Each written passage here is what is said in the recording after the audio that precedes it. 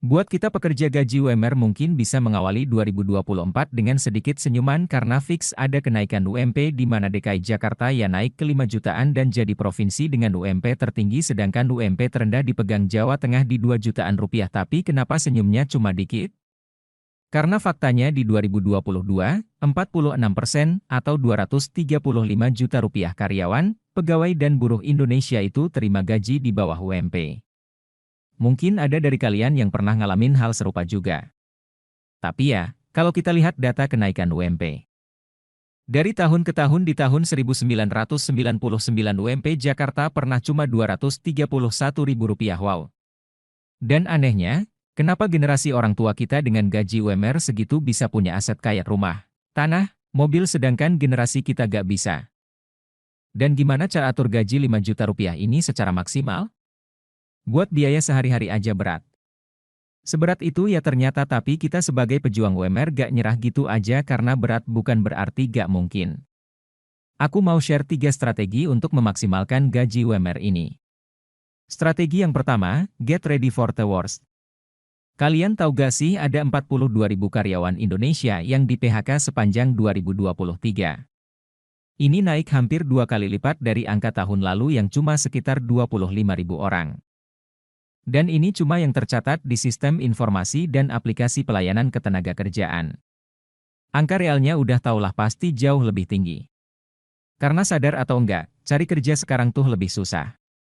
Apalagi World Economic Forum itu memprediksi 43% pekerjaan itu bakal digantikan mesin di tahun 2027. Itu udah gak lama lagi.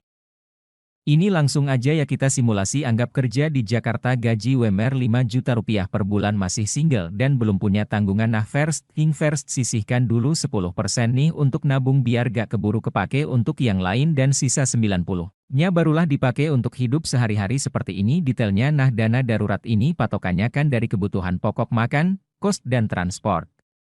Angka ini dikali 6 sama dengan 228 juta rupiah.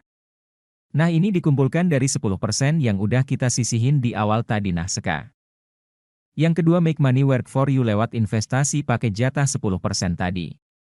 Aku coba kategoriin sesuai range UMR lainnya juga ya. Pertama deposito bank karena suku bunga BI lagi tinggi batas maksimal bunga tabungan dan deposito yang dijamin LPS juga diprediksi naik. Jadi 45% untuk bank umum dan 7% untuk BPR.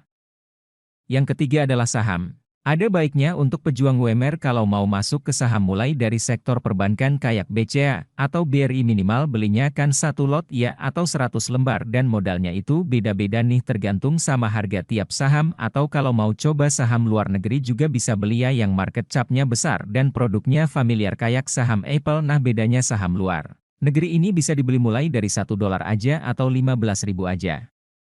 Tapi paling penting jangan lupa untuk dipraktekin, intinya jangan jadiin gaji UMR itu sebagai alasan untuk gak nabung dan gak mulai investasi.